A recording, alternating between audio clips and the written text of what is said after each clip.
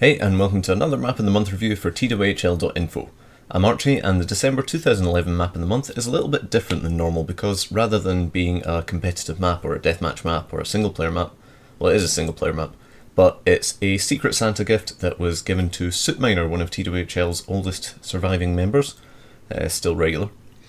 And it was made by Doggybag71, although Miner did not learn this for several weeks after it was given to him.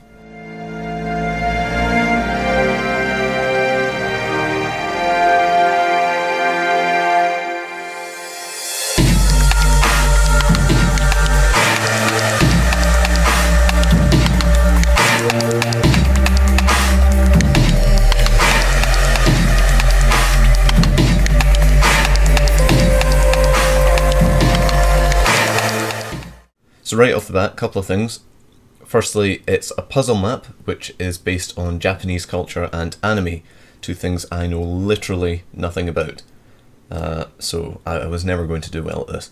Secondly, apologies for this being late, but aside from working 13-hour days for the past week, I'm also very ill. You might hear that in my voice. And also my lips have swollen because of cold sores, so they're even more comically huge than they usually are, so enjoy that. I'm sure I looked like shit. Architecture is overall a bit too blocky for my liking. A lot of the detailing especially is a bit too large, quite oddly scaled, and that really takes out any immersion pretty much right away. Exceptions to this would be the train, which is the entire second map. Absolutely fantastically built, looks great, and the entity work to make it look like it's moving and have that constant sense of motion of the mountains in the background. Fantastic, really good method. Texturing is pretty much well suited for everything it's used for. The city at the start especially, very good example of this. Good use of custom textures, we've got some quite humorous posters, stuff like that. All nice points. Maybe a bit too low res, but you know, that's just because I'm spoiled by Source, and if I see blurring in textures I go, so that's just me. There is, however, some bad texture alignment, specifically on the answer sheets. I don't know what you want to call them. And also in the terrain outside, especially in the third map. Well, only in the third map. There's some quite weird stretching as well with the textures. Moving on, lighting. Very atmospheric. I really like the city at the start. It's very difficult to get good nighttime lighting in Gold Source, and it's pulled off very nicely. Each zone had a very distinct feel, largely down to the lighting, and also there was plenty of variety. Everything was where it should be, and everything had a source, so good job on lighting. Ambience, I'm just going to include all sound effects under the blanket heading of ambience. Really good background sound effects. The city had a good industrial hum to it, coming from buildings and power generators and stuff like that.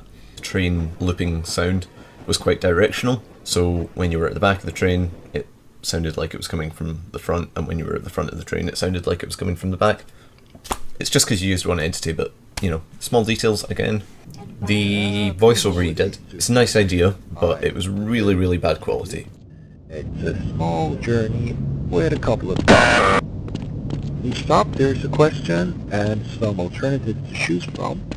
I struggled to understand it as an English speaker, like as my primary language. So if someone was playing it who perhaps wasn't an English speaker primarily, they could have some real trouble understanding it.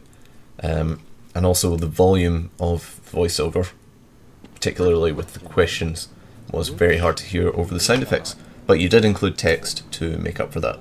Gameplay was a fairly simple formula. You had to answer a question to progress to the next stage. It's been done before, but what I especially liked about this is if you got a wrong question, a wrong answer I should say, monsters would spawn or grunts would spawn, and it would change the pace of the map entirely because you had to run and hide at the start because you didn't have any weapons, and then you had to fight in the later stages of the map. Very good. I like what you did there. I like it. There's a real problem with progression, especially at the very start. Some things aren't explained to you. For example, you need to jump on top of the answer that you want to submit. That's never explained to you, and I spent a very long time around the second question trying to figure out why it wasn't accepting my answer. Because there's platforms to stand on, so I kind of thought it would make sense you stand on the platforms and that's your answer. But no, you actually have to jump on top of them. and that can get so fucking frustrating later on in the game. Even when you knew the answer, it was fucking difficult to actually submit that, and that really annoyed me. Like, getting very frustrated. Almost didn't finish it because of that. It showcases the worst of Half-Life 1's jumping physics. Really annoying. Also, my old friend Invisible Walls has been joined by his bastard son clipping errors, which makes progression so much worse.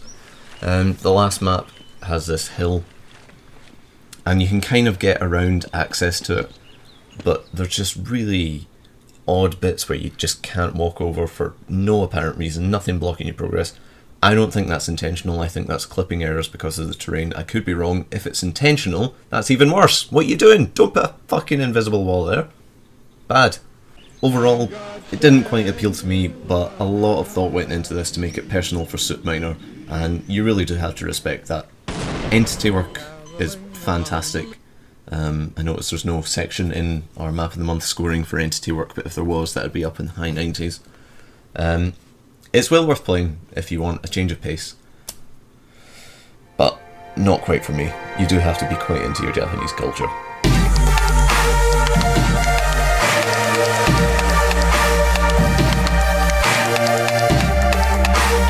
Remember to vote for next month's Map of the Month, link here.